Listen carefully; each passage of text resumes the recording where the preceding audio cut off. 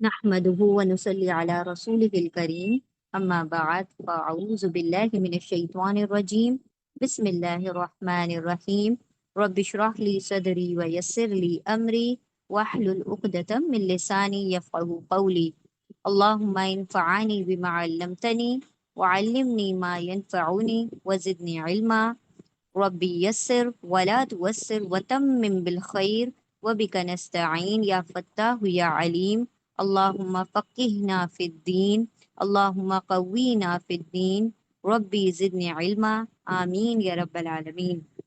السلام علیکم ورحمۃ اللہ وبرکاتہ۔ انشاءاللہ آج ہم سورہ النساء جو ہمارے قرآن کریم کی چوتھی سورت ہے، ٹھیک ہے، اور یہ جو سورہ ہے یہ جو قرآن کے ترتیب کے حساب سے چوتھی سورہ ہے، نزول کے ترتیب کے حساب سے چوتھی نہیں ہے، ٹھیک ہے۔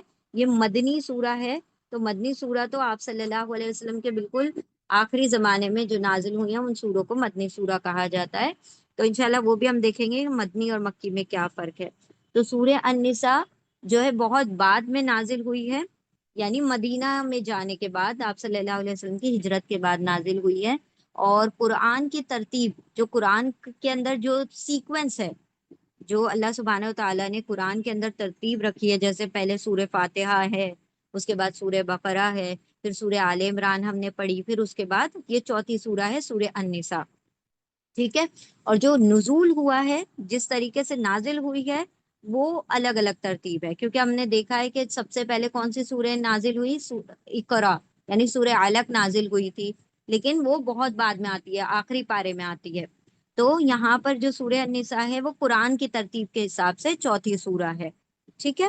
اب سورہ النساء، نساء کا کیا مطلب ہوتا ہے؟ نساء کا مطلب ہوتا ہے ویمن، یعنی عورتیں۔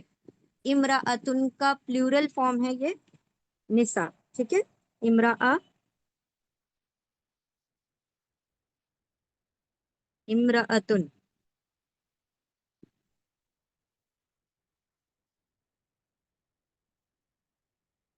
امراۃن کا مطلب ہوتا ہے ایک عورت، اور نساء کا مطلب ہوتا ہے عورتیں، بہت ساری عورتیں، ٹھیک ہے۔ تو عورتیں، اس کا یہ مطلب نہیں ہے کہ صرف اس میں عورتوں کی ہی بات کی گئی ہے، ہاں ایک ٹاپک ہے جو میجر ٹاپک ہے وہ عورتوں سے ریلیٹڈ ہے اس سورہ النساء میں، تو اس کو پہچان کے طور پر اس سورہ کا نام سورہ النساء دیا گیا ہے۔ جیسے ہم نے دیکھا تھا کہ سورہ البقرہ، بقرہ کا کیا مطلب ہوتا ہے؟ گائے، تو اس کا یہ مطلب نہیں ہے کہ اس پوری سورہ میں گائے کا ذکر کیا گیا ہے، ایک واقعہ آیا تھا، ایک چھوٹا سا ایک سٹوری تھی جو واقعہ بنی اسرائیل میں ہوا تھا، اس کے تعلق سے اس سورہ کا نام کیا رکھ دیا گیا؟ سورہ البقرہ۔ تو سورہ کے نام مضمون یعنی ٹاپک اسپیسیفک بھی ہو سکتے ہیں کہ اس سورہ میں کیا ٹاپک ہے، اور مطلب ایک پہچان کے طور پر بھی ہو سکتے ہیں کہ ہم کسی بھی سورہ کو ریکگنائز کیسے کر سکتے ہیں، ویسے بھی نام رکھا جا سکتا ہے، ٹھیک ہے۔ تو یہ سورہ کا نام سورہ النساء اس لیے ہے کہ اس کے اندر عورتوں کا اور ایسے طبقوں کا جو ولنریبل ہیں، جو کمزور طبقے ہیں، جیسے عورتیں، یتیم بچے، یتیم اور بچے، یہ کیسے ہوتے ہیں؟ کمزور لوگ ہوتے ہیں، ٹھیک ہے۔ معاشرے میں، سوسائٹی میں کمزور لوگوں کو اللہ سبحانہ و تعالیٰ نے عورتوں کو کمزور کہا ہے، ٹھیک ہے۔ کس لحاظ سے، وہ سب انشاءاللہ ہم سورہ النساء میں دیکھیں گے کہ وہ کس لحاظ سے کمزور ہیں، یتیم ہیں اور بچے ہیں اور عورتیں ہیں۔ تو پہچان کے طور پر اس سورہ کا نام سورہ النساء رکھا گیا ہے، اور نساء کا مطلب ہوتا ہے عورتیں، ویمن۔ اچھا، اب یہ جو سورہ ہے یہ کون سی ہے؟ مدنی دور کی سورہ ہے۔ مدنی اور مکی میں کیا فرق ہے؟ دیکھیں، آپ صلی اللہ علیہ وسلم کے زندگی کے 63 سال تھے، 63 ایئرس، آپ صلی اللہ علیہ وسلم کی جو ٹوٹل لائف ہے وہ 63 سال کی تھی، ٹھیک ہے۔ آپ صلی اللہ علیہ وسلم کو نبوت کب ملی؟ 40 سال کی عمر میں۔ آپ صلی اللہ علیہ وسلم کو جو پروفیسی ملی ہے وہ 40 ایئرس کی ایج میں ملی۔ اب کتنے بچے اگر 40 سال 60 میں سے نکال 63 میں سے نکال دیے جائیں تو 23 سال بچتے ہیں، 23 ایئرس۔ اس میں سے 13 سال آپ صلی اللہ علیہ وسلم نے مکہ میں گزارے، مکہ میں تبلیغ کی، مکہ میں دعوت کا کام کیا۔ اس کے بعد جو بچے ہوئے 10 سال تھے وہ مدینہ جا کر تبلیغ کی، مدینہ میں لوگوں کو دعوت کا کام کیا، اور اس کے باہر بھی، مدینہ کے باہر یعنی پوری دنیا تک پھر وہ پہنچایا گیا اسلام کو۔ لیکن جو شروع کے 13 سال تھے یعنی آپ صلی اللہ علیہ وسلم کی نبوت کے بعد 41 سال کی عمر سے لے کر آپ صلی اللہ علیہ وسلم کی کتنی عمر ہو جائے گی؟ 53 ایئرس تک آپ صلی اللہ علیہ وسلم، جو مکہ کا دور ہے اس کو کہا جاتا ہے مکی دور، ٹھیک ہے؟ اور وہاں پر جو بھی سورہ نازل ہوئی ہیں اس کو مکی سورہ کہا جاتا ہے۔ اب ایک اور بات، جب آپ صلی اللہ علیہ وسلم کی عمر 53 ایئرس کی ہو گئی، 53 سال کی ہو گئی عمر، تو مکہ میں بہت زیادہ ظلم و ستم کیے گئے، کس پر؟ مسلمانوں پر۔ اتنا زیادہ تشدد، اتنا ظلم، اتنا وائلنس، لوگ سارے جو تھے مشرکان مکہ، مکہ کے جتنے بھی کافر تھے وہ مسلمانوں کے خلاف تھے۔ تو اللہ رب العزت نے حکم دیا کہ اب تم لوگ کیا کر لو، سارے مسلمانوں، اے ایمان والو، سب کے سب آپ صلی اللہ علیہ وسلم کے ساتھ ہجرت کر لو۔ ہجرت پہلے بھی ہوئی ہیں چھوٹی چھوٹی ہجرتیں، لیکن سارے مسلمانوں کا جو ایک ساتھ ہجرت کرنا تھا وہ کب ہوا؟ وہ مدینہ کے وقت ہوا۔ جب مدینہ گئے اس وقت وہ تمام مسلمانوں کو حکم دے دیا گیا کہ اب آپ لوگوں کو یہاں سے نکل جانا ہے۔ کہاں سے؟ مکہ سے، کیونکہ یہاں پر ظلم ہو رہا ہے، یہاں پہ لوگوں کی جانیں لی جا رہی ہیں۔ اگر ان ایمان والوں کی جانیں لے لی جائیں گے تو کس طرح سے اسلام آگے بڑھے گا؟ تو اللہ نے حکم دیا کہ یہ جو چھوٹے سے ہی جماعت ہے، تھوڑے سے لوگ ہیں، وہ کیا کریں؟ اب مدینہ چلے جائیں۔ تو یہ جو مکہ سے مدینہ جانے کا سفر ہے اس کو ہجرت کہا جاتا ہے، مائگریشن، ہجرت کہا جاتا ہے۔ اب جتنی بھی سورے ہجرت سے پہلے نازل ہوئی، ٹھیک ہے، جتنی بھی سورہ ہجرت سے پہلے نازل ہوئی ان کو مکی سورہ کہا جائے گا، اور جتنی بھی سورہ ہجرت کے بعد نازل ہوئی انہیں مدنی سورہ کہا جائے گا۔ تو اب ضروری نہیں ہے کہ ساری سورت مکہ میں ہی نازل ہوئی ہو تو ان کو مکی کہا جائے گا، ہو سکتا ہے وہ طائف میں نازل ہو گئی ہو سکتا ہے وہ نجف میں، کہیں اور بھی، جہاں بھی آپ صلی اللہ علیہ وسلم گئے ہوں گے وہاں نازل ہو گئی ہوں، لیکن ہجرت سے اگر پہلے نازل ہوئی ہے تو وہ مکی کہلائے گی irrespective آف پلیس، چاہے وہ جس جگہ بھی نازل ہوئی ہو، لیکن ہجرت سے پہلے ہے تو مکی ہے۔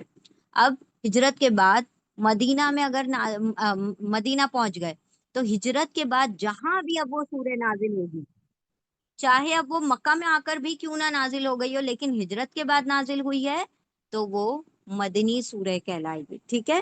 تو سمپل ڈفرنس یاد رکھیے، ایک ہلکا سا فرق یہ ہے کہ ہجرت سے پہلے مکی اور ہجرت سے بعد مدنی۔ تو اب جو ہم سورہ النساء پڑھ رہے ہیں وہ مدنی سورہ ہے۔ اور مکی اور مدنی سورہ میں کیا فرق ہوتا ہے؟ یعنی ایک تو یہ فرق ہو گیا کہ وہ ہجرت سے پہلے اور ہجرت سے بعد، ان کے ٹاپک اور عنوان میں کیا فرق ہوتا ہے؟ لیکن جو مکی صورتیں ہوتی ہیں ان کا عنوان کیا ہوتا ہے؟ توحید، رسالت اور آخرت۔ توحید یعنی اللہ ایک ہے، رسالت یعنی اللہ کے رسول صلی اللہ علیہ وسلم اللہ کے نبی ہیں، اور آخرت یعنی مرنے کے بعد ایک زندگی ہے۔ یہ ساری مکی صورتوں میں ٹاپک رہے گا۔ اور مدنی صورت کا ٹاپک کیا ہوتا ہے؟ مدنی صورت کا ٹاپک ہوتا ہے احکامات، کہ کس طرح سے ہمیں زندگی گزارنی ہے۔ یعنی مکی صورتوں میں پہلے اللہ کی پہچان کروائی گئی، اللہ کے رسول کی پہچان کروائی گئی، اور آخرت جو غیب کا ایمان ہے وہ دل میں بسایا گیا۔ اس کے بعد جب لوگوں کے دلوں میں اللہ کا یقین، اللہ کے رسول کا یقین آ گیا، آخرت کو وہ ماننے لگے، تو اب بتایا گیا کہ اب تم چلیں، سچے پکے مسلمان ہو چکے ہو، اب کیا ہے، اب تم کیسے رہو، تمہاری زندگیاں کیسے گزریں۔ تو وہ مدنی صورتوں میں اللہ نے جو رہنے کے، زندگی جینے کے جو قانون ہے، جو رولز اور ریگولیشنز ہے، وہ کہاں پر بتائے؟ مدنی صورتوں میں بتائے، کہ اس طرح سے تم نے کھانا ہے، اس طرح سے وضو کرنا ہے، اس طرح سے تم نے مطلب شادی کا نظام ایسا ہونا چاہیے، موت کا نظام یہ ہونا چاہیے، اور پھر اللہ سبحانہ و تعالیٰ نے سب کچھ، طلاق اس طرح سے ہوگا، نکاح اس طرح سے ہوگا، سب کچھ بتا دیا مدنی صورتوں میں، ٹھیک ہے؟ تو کیا بات سمجھ آئی؟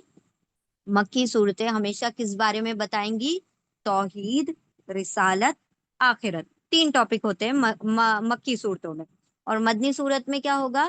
احکامات ہوں گے، رولز ہوں گے، ریگولیشن ہوں گے، حکم ہوں گے، آرڈرز ہوں گے، کمانڈمنٹس ہوں گے، ٹھیک ہے؟ تو یہ بھی ایک ڈفرینس ہوتا ہے مکی اور مدنی صورت کا۔ اور کیا بات ہے اس کے اندر، کہ جتنی یہ جو اب یہ جو سورہ نساء ہے اس کے اندر کتنی آیات ہیں؟ 176، 176 آیات ہیں، اور 24 رکوع ہیں، ٹھیک ہے، 24 رکوع ہے۔ سب سے بڑی جو سورہ ہے قرآن کی حجم کے لحاظ سے، والیوم کے لحاظ سے، تو وہ ہے سورہ البقرہ، جس میں 186 آیات ہیں اور 40 رکوع ہیں. ٹھیک ہے، تو سب سے طویل، سب سے بڑی سورت ہے.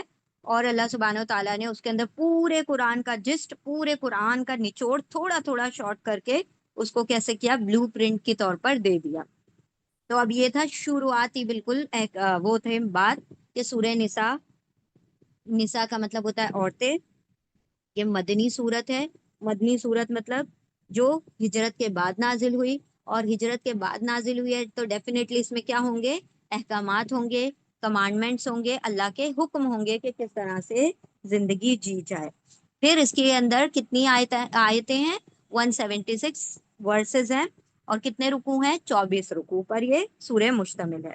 اب ہم آتے ہیں جو گروپ بندی کی گئی ہے، قرآن کی صورتوں کی گروپ بندی کی گئی ہے، تو سب سے پہلی جو ایک صورت ہے اس کو تو الگ ہی رکھ لیجئے، ایک پریفیس کے طور پر، ایک پریمبل کے طور پر، مطلب ایک فورورڈ، جو ہم کتاب میں شروع ہونے سے پہلے کچھ باتیں ہوتی ہیں جو ایک اہم وہ ہوتا ہے، وہ سمجھ لیجئے سورہ فاتحہ ہے. سورہ فاتحہ کون سی سورہ تھی، مکی سورہ. ٹھیک ہے، سورہ فاتحہ مکی سورہ ہے. اس کے بعد 4 سورتوں کا گروپ ہے جو کہ مدنی سورت کا گروپ ہے. ٹھیک ہے، اب انشاءاللہ ہم دیکھیں گے، گروپ وائز پڑھیں گے تو ہم اس گروپ کی کون سی سورت پڑھ رہے ہیں، تیسری سورت پڑھ رہے ہیں. ہم نے سورہ بقرہ پڑھی، ہم نے سورہ آل عمران پڑھی، اب ہم سورہ النساء پڑھ رہے ہیں. انشاءاللہ اس کے بعد سورہ المائدہ پڑھیں گے. تو یہ 4 سورتوں کی جو ایک گروپ ہے، ایک جماعت ہے، تو وہ جوڑوں کے شکل میں ہے، مطلب ایک ایک جوڑے کی شکل میں. اور یہ جو صورتیں ہیں، یہ چاروں صورتیں، یہ چاروں کی چاروں کون سی صورتیں ہیں، مدنی صورت ہیں، مطلب ہجرت کے بعد نازل ہوئی ہیں. اس کا مطلب سب کے اندر کہیں نہ کہیں کچھ نہ کچھ احکامات ہوں گے، یعنی کمانڈمنٹس ہوں گے، اللہ کے حکم ہوں گے کہ زندگی کو کیسے جیا جائے. اور خاص طور پر اس کے اندر ان چاروں صورتوں میں کیا چیزیں بتائی گئی ہیں، شریعت بتائی گئی ہے، یعنی وہی احکامات بتائے گئے ہیں. اور دوسری بات جو اس میں ڈیل کی گئی ہے وہ اہل کتاب سے خطاب کیا گیا ہے. اہل کتاب کون، یہودی اور نصارہ، جیوز اینڈ کرسچنز. ان سے بھی اللہ نے خطاب کیا ہے کہ تم جو ہے اس دعوت کو قبول کرو اور اسلام کی طرف آ جاؤ. کیونکہ اس سے پہلے جب آپ صلی اللہ علیہ وسلم دین لے کر آئے ہیں، اس سے پہلے کون سا دین تھا، کرسچینٹی اور جوڈائزم تھا، رائٹ، یعنی یہودیت تھی اور نصرانیت تھی. تو اللہ سبحانہ و تعالیٰ نے ان لوگوں کو بھی مخاطب کیا، ان سے بھی خطاب کیا، ان سے بھی بات کی کہ آ جاؤ، دین حق کی طرف آ جاؤ اور اس شریعت کو اپنا لو. تو ان چاروں صورتوں میں وہ 2 ٹاپک ڈیل کیے گئے ہیں. اچھا، اب سورہ بقرہ اور عمران، آل عمران، یہ تو ہم نے دیکھا تھا کس طرح سے جوڑے میں دونوں حروف مقطعات سے شروع ہوتی ہیں، دونوں کے اندر کتاب کا ذکر ہے شروع میں، پھر دونوں کے آخر میں کیا ہے، جو امپورٹنٹ دعائیں ہیں. پھر اللہ سبحانہ و تعالیٰ نے ان کو ایک دوسرے کی نسبت زوجیت، یعنی ایک جیسے ہسبینڈ اور وائف کا تعلق ہوتا ہے، ویسے ہی ان دونوں صورتوں کا تعلق ہے نا. تو ہم نے وہ الحمدللہ پڑھ لیا تھا. اب سورہ النساء اور مائدہ، یہ بھی جوڑے کی شکل میں ہے. اس کے اندر احکامات جو دیے گئے ہیں وہ کس طرح سے جوڑے میں، ابھی ہم دیکھتے ہیں سورہ نساء میں. لیکن جو ایک ڈفرنس ہے، سورہ نساء میں جب اللہ سبحانہ و تعالیٰ نے لوگوں کو پکارا تو کس طرح سے پکارا، یا ایھا الناس. یا ایھا الناس کا مطلب کیا ہوتا ہے، اے لوگو، اے نوع انسانی، اے تمام لوگوں، او مین کائنڈ، سب لوگوں کو ایک ساتھ پکارا. یعنی اس کے اندر خاص طور پر ایمان والوں کو نہیں پکارا ہے، یہاں پر پوری نوع انسانیوں کو، جو قیامت تک لوگ آتے رہیں گے، چاہے وہ ایمان والے ہوں چاہے کافر ہوں، سب کو پکارا ہے سورہ نساء میں. اور سورہ مائدہ میں یا ایھا الذین آمنو، اے ایمان والو. تو یہاں پر ایمان والوں کا تذکرہ کیا گیا ہے، سورہ المائدہ میں ایمان والوں کو مخاطب کیا گیا ہے. ٹھیک ہے، تو یہاں پر دوسری بات کیا آئی کہ 4 صورتیں ہم نے پڑھی، چاروں صورتوں کا ہم نے جو وہ دیکھا، گروپ دیکھا، جو کہ کیا ہیں، جس میں شریعت کے بارے میں، احکامات کے بارے میں ذکر کیا گیا ہے اور اہل کتاب سے خطاب کیا گیا ہے. پھر ہم نے دیکھا کہ سورہ بقرہ اور سورہ آل عمران جوڑے کی شکل میں ہے، سورہ نساء اور مائدہ جوڑے کی شکل میں ہے. اور سورہ نساء میں عام لوگوں کو خطاب کیا گیا ہے. عام مطلب یعنی ساری انسانیت کو اللہ رب العزت نے پکارا ہے، اور سورہ مائدہ میں صرف ایمان والوں کو پکار کر اس سورہ کا آغاز ہوا ہے۔ اچھا، اب ہم سورہ نساء کے مین انٹروڈکشن پر آتے ہیں۔ اس کا تعارف کیا ہے؟ سورہ نساء 3 حصوں میں ڈیوائڈ کی گئی ہے، ٹھیک ہے؟ 3 حصے ہیں سورہ کے، 55 آیتیں ہیں پہلے حصے میں، 37 آیتیں ہیں دوسرے حصے میں، اور 84 آیتیں ہیں تیسرے حصے میں۔ تو پہلا حصہ کیا ہے؟ پہلا حصہ ہے اہل ایمان سے خطاب۔ اہل ایمان کون؟ سچے پکے مسلمان، ان لوگوں سے خطاب کیا گیا ہے سورہ نساء کے آغاز میں، یعنی شروعاتی جو سورہ کے 55 آیتیں ہیں، 55 آیات ہیں، ورسز ہیں، اس میں احکام شریعت دیے گئے ہیں، اور ایمان والوں کو پکار کر ان سے احکام دیا گیا ہے، ان کو حکم دیا گیا ہے کہ تم نے یہ کرنا اور یہ نہیں کرنا ہے، ڈوز اینڈ ڈونٹس بتائے گئے ہیں۔ کن کو؟ سچے پکے مسلمان، مومنین الصادقین، جو سچے مسلمان ہیں، ٹھیک ہے، ان سے خطاب کیا گیا۔ دوسرا جو حصہ ہے اس کا سورہ نساء کا، اس میں اہل کتاب سے خطاب کیا گیا ہے۔ اہل کتاب اب کون ہے؟ یہاں پر یہود و نصارہ، یعنی جوز اور کرسچنز سے 37 آیتوں میں ان لوگوں سے خطاب کیا گیا ہے، ان کو پکارا گیا ہے، ان سے اللہ سبحانہ و تعالیٰ نے مخاطب ہو کر ان کے لیے آیتیں نازل کی ہے۔ اب آتے ہیں تیسرا حصہ جو کہ بہت امپورٹنٹ حصہ ہے، وہ ہے منافقوں سے خطاب۔ منافق کس کو کہا جاتا ہے؟ منافق کہا جاتا ہے ایسے لوگوں کو جو ظاہری طور پر، دکھاوے کے طور پر ایمان کے دعوے دار ہے، ایمان کا دعویٰ کرتے ہیں کہ ہم مسلمان ہیں، ہم ایمان والے ہیں، لیکن دل میں شعوری طور پر یا غیر شعوری طور پر، شاید وہ انٹینشنلی کر رہے ہوں یا ان انٹینشنلی، لیکن وہ ہیں منافق، ٹھیک ہے؟ یعنی منافق کون ہے؟ جو اپنے آپ کو سمجھ رہے ہیں کہ ہم مسلمان ہیں، لیکن اصل میں وہ مسلمان نہیں ہے، دل میں ان کے کفر ہے اور زبان پہ ان کے ایمان ہے، ان کے جو لفظوں میں ایمان جھلکتا ہے لیکن عمل میں ایمان نہیں جھلکتا، یعنی صرف باتوں کے شعر ہیں، عمل میں کچھ بھی نہیں، عمل میں زیرو، تو اس کو کہا جاتا ہے منافق، جس کے ورڈز اور ایکشن، جس کے قول اور فعل، جس کے عمل اور الفاظ بالکل ایک دوسرے سے الگ الگ ہیں، ٹھیک ہے؟ اس کو کہا جاتا ہے منافق، ٹھیک ہے؟ تو اللہ سبحانہ و تعالیٰ نے پہلی مرتبہ جو منافق کا لفظ استعمال کیا ہے وہ ہے سورہ، دیکھیں سورہ بقرہ ہم نے پڑھا، پوری مکمل سورہ ہم نے پڑھ لی، اللہ سبحانہ و تعالیٰ نے سورہ بقرہ میں علامتیں بتائیں، کچھ نشانیاں بتائی ہیں کہ یہ جو ہوتے ہیں یہ لوگ منافق ہوتے ہیں، یعنی جیسے ہم نے حدیث میں بھی پڑھا ہے کہ منافق کس کو کہا جاتا ہے؟ جو جھوٹ بولتا ہے، جو امانت میں خیانت کرتا ہے، یعنی اگر اس کے پاس کوئی امانت رکھ دو تو پھر وہ اس میں خیانت کرتا ہے، جب لڑائی جھگڑا کرتا ہے تو حد سے بڑھ جاتا ہے، گالی گلوچ کرنے لگتا ہے، برے الفاظ استعمال کرنے لگتا ہے، اور چوتھی بات کیا ہے؟ امانت میں خیانت، جھوٹ بولتا ہے کثرت سے، اور اللہ اکبر، ہم نے پڑھا تھا امانت میں خیانت کرتا ہے، جھوٹ بولتا ہے کثرت سے، اور لڑائی جھگڑے میں حد سے بڑھ جاتا ہے، اور چوتھی ایک اور نشانی جو ہم نے پڑھی تھی، دیکھیں ہمارے ذہن سے اتر گیا، اعوذ باللہ من الشیطان الرجیم، وعدہ کرتا ہے تو وعدہ خلافی کرتا ہے، یعنی اپنے وعدوں میں کبھی سچا نہیں ہوتا۔ تو یہ 4 نشانیاں ہم نے آگے پیچھے کر کے، یہ ساری نشانیاں حدیث اور سورہ بقرہ میں پڑھی تھی، ٹھیک ہے؟ تو وعدہ خلافی کرنے والا، جزاکم اللہ خیرن کثیرہ، ٹھیک ہے؟ تو یہ ساری نشانیاں ہم سورہ بقرہ میں پڑھا ہے، لیکن اللہ رب العزت نے سورہ بقرہ میں ایک بھی جگہ پر منافق ورڈ نہیں یوز کیا، ٹھیک ہے؟ یعنی کہ منافقوں کا ذکر تو کیا، لیکن اس لیے کیا کہ اگر کوئی انسان اپنے اندر یہ علامتیں دیکھ لیتا ہے، یہ نشانیاں پا لیتا ہے، تو وہ کیا کرے؟ اپنا کریکشن کر لے، اپنا آپ کو درست کر لے، پھر صحیح راستے پر آ جائے اور ایمان کو صحیح طریقے سے فالو کرنے لگے، ٹھیک ہے؟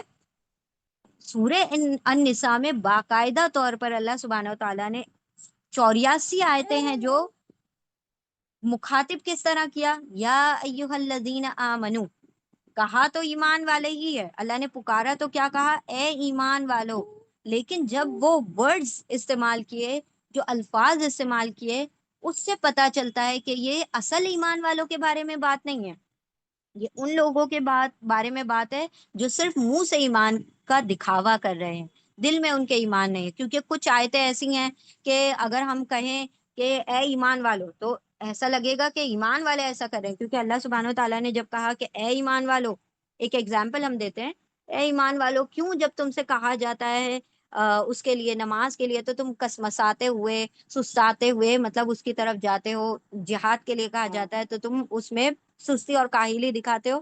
تو اب اس سے کیا لگے گا کہ ایمان والے کون؟ یہ تو سارے ایمان والوں کی بات ہو رہی ہے. نہیں، لیکن اس میں منافقوں کی بات ہو رہی ہے. ٹھیک ہے؟ کیونکہ جو اصل ایمان والے تھے انہوں نے تو اپنی جانیں، اپنا مال، اپنا سب کچھ اللہ کے نام کر دیا تھا، اللہ کے رسول کے نام کر دیا تھا. پھر ان کو کوئی جھجک پیدا نہیں ہوئی کہ آج ہم دیکھ رہے ہیں نا کس طرح سے جو اصل ایمان والے ہیں ان کو ہم دیکھ رہے ہیں کہ کس طرح سے وہ اپنے ایک بچہ بچہ بھی وہاں پر جانے دے رہا ہے. اور یہاں ہم اپنے ایمان کو ان کے ایمانوں سے چیک کریں تو ہمیں پتہ چلے گا کہ اصل ایمان والے مومنین صادقین وہ لوگ ہیں. ٹھیک ہے؟ تو یہاں پر اللہ سبحانہ و تعالیٰ نے جب منافقوں کو بھی خطاب کیا تو کبھی بھی نہیں کہا یا ایھا الذین آمنو کی جگہ کیا کہا؟ منافقو. نہیں، اللہ نے کبھی بھی منافق نہیں کہا. پورے قرآن میں کہیں پر بھی کافرین تو کہہ کر کہا کہ کافر کا مطلب ہی یہ ہوتا ہے کہ وہ پوری طرح کلیئر کٹ کسی حق کو آتا ہوا دیکھے اور کہہ کہ میں تو مانتا ہی نہیں، وہ جھٹلا دیا، اس نے صاف طور پر جھٹلا دیا. لیکن منافق وہ ہوتا ہے جو جھٹلاتا تو نہیں ہے، لیکن دیکھ کر، جان کر، سمجھ کر کیا کرتا ہے، دل میں اپنے ایمان کو نہیں آنے دیتا. سب کچھ جان رہا ہے، سب کچھ پہچان رہا ہے، ساری چیزیں اس کو سمجھ میں آ رہی ہیں، لیکن وہ کبھی بھی اس ایمان کے اوپر کھرا نہیں اتر رہا. تو وہ کیا ہو گیا؟ منافق ہو گیا. تو اللہ سبحانہ و تعالیٰ نے منافقوں سے خطاب کیا لیکن ایمان والے کہہ کر ہی خطاب کیا. تو آخر کی بالکل منافق مسلمان میں ہی ہوگا نا، کہ اس نے ایمان کا دعویٰ کیا ہے، اسلام کا دعویٰ کیا ہے، لیکن دل میں اس کے ایمان ابھی تک اترا نہیں ہے. ٹھیک ہے؟ کیونکہ اسلام کیا ہوتا ہے؟ زبان سے ادا کرنے والی چیز ہے، ایمان دل میں اترنے والی چیز ہے. کیونکہ جب ہم کہہ دیتے ہیں لا الہ الا اللہ محمد رسول اللہ، کوئی ایک کافر بھی جب کلمہ پڑھ لیتا ہے تو وہ اسلام کی حدوں میں داخل ہو گیا. اب آپ اس کو یہ نہیں کہہ سکتے کہ یہ منافق ہے، نماز نہیں پڑھتا، یہ تو ابھی ابھی اسلام میں داخل ہوا ہے. نہیں، لیکن وہ منافق ہے. منافق کیوں ہے؟ کہ کہتا تو لا الہ الا اللہ ہے لیکن نمازیں ادا نہیں کر رہا. ٹھیک ہے؟ تو یہ کیا ہو گیا؟ منافق ہو گیا. اچھا، تو یہاں پر اللہ سبحانہ و تعالیٰ نے اس سورہ میں خاص طور پر منافقوں سے ذکر کیا، منافقوں سے خطاب کیا ہے. ٹھیک ہے؟ ان سے اللہ سبحانہ و تعالیٰ نے ڈائریکٹ خطاب کیا ہے، لیکن کبھی بھی منافق کہہ کر نہیں پکارا، ایمان والا کہہ کر ہی پکارا. تو یہ اللہ رب العزت کی کتنی، مطلب یہ بھی دیکھے نا کتنا محبت کرنے والا ہے اللہ، کہ کبھی کسی منافق کو بھی منافق کہہ کر اللہ نے نہیں کہا. کیوں؟ اللہ کو نہیں پتا کہ یہ منافق ہے؟ اللہ رب العزت کو پتا ہے. اللہ نے اپنے رسول صلی اللہ علیہ وسلم پر بھی کتنے لوگوں کا ذکر کیا تھا کہ یہ لوگ سچے پکے منافق ہیں، لیکن آپ صلی اللہ علیہ وسلم نے بھی کبھی وہ ان لوگوں کا نام ظاہر نہیں کیا کسی صحابی کے اوپر. تو یہاں پر اللہ سبحانہ و تعالیٰ کی یہ محبت کا ایک پہلو ہے کہ اللہ سبحانہ و تعالیٰ کسی کے عیب کی کس طرح سے ستاری اور پردہ پوشی کرتا ہے. ٹھیک ہے؟ کہ تم جو ہے اپنے مطلب ایمانوں کو کیا کرو، اگر تم کو اللہ سبحانہ و تعالیٰ بتا رہا ہے کہ یہ تمہارے اندر خرابیاں ہیں تو تم کیا کر لو، اس کو کریکٹ کر لو اور اللہ کے پاس آ جاؤ اور سچے مسلمان بن جاؤ. ٹھیک ہے؟ تو یہاں پر تین حصے ہیں سورہ نساء کے، یہ یاد رکھنا ہے. تین حصے میں، پہلے حصے میں اہل ایمان، سچے ایمان والوں سے خطاب ہے، پھر کتاب والوں سے خطاب ہے یعنی یہود و نصارہ سے، اور تیسرے حصے میں منافقوں سے خطاب ہے. آخری بات جو یہاں پر ہم کر لیتے ہیں انشاءاللہ، سورہ البقرہ میں ہم دیکھیں گے یہاں پر کس طرح سے ڈویژن کیا گیا ہے. سورہ بقرہ کو ہم پڑھ چکے ہیں. سورہ بقرہ میں ہم نے دیکھا تھا اللہ سبحانہ و تعالیٰ نے کس طرح سے ازواجی زندگی، جو میرائٹل لائف ہے، جو ہسبینڈ وائف کی زندگی ہے، اور ان کی میرج اور ان کی طلاق اور اولاد کے بارے میں جو بھی تھا وہ سب کچھ ذکر کیا. یعنی ایک فیملی یونٹ، کوئی بھی سوسائٹی بنتی ہے تو وہ کس طرح سے بنتی ہے؟ ایک مرد اور ایک عورت جب قریب ہوتے ہیں، یعنی کہ اللہ سبحانہ و تعالیٰ نے ایک حلال طریقہ ان کی قربت کا بتایا کہ نکاح ہو، اور نکاح کے کیا قوانین ہیں، کیا رولز ہیں، وہ اس میں بتائے. پھر اللہ سبحانہ و تعالیٰ نے طلاق کے بارے میں بتایا. تو ایک جو سب سے بیسک یونٹ، جو بنیادی ذریعہ ہوتا ہے سوسائٹی کو بڑھانے کا، معاشرے کو بڑھانے کا، وہ کیا ہوتا ہے؟ ایک چھوٹا سا خاندان. ایک خاندان جس کے اندر ایک شوہر ہوگا، ایک بیوی اور اس کی اولاد. ٹھیک ہے. تو اس کا تذکرہ ہم نے سورہ بقرہ میں پڑھا. سورہ آل عمران میں تھوڑا سا ہٹ کے ٹاپک ہے، جو اہل کتاب سے خطاب کیا گیا. اللہ سبحانہ و تعالیٰ نے ان کو دین کی دعوت دی، خاص طور پر کرسچنس کو، یعنی نصارہ لوگوں کو. سورہ بقرہ کے بعد سورہ نساء میں آتے ہیں، تھوڑا اپر لیول، یعنی تھوڑا سا اونچا لیول. ایک فیملی یونٹ ہے، پھر بہت ساری فیملی یونٹ یعنی بہت سارے خاندان مل کے کیا بنتی ہے؟ سوسائٹی بنتی ہے، ایک معاشرہ بنتا ہے. تو اللہ سبحانہ و تعالیٰ نے سورہ نساء میں معاشرے کا ذکر کیا ہے، ایک سوسائٹی کا ذکر کیا ہے. ٹھیک ہے. اور اس میں کیا کیا بیان کیا؟ عورت مرد کا کیا تعلق ہونا چاہیے، کس طرح سے ہونا چاہیے.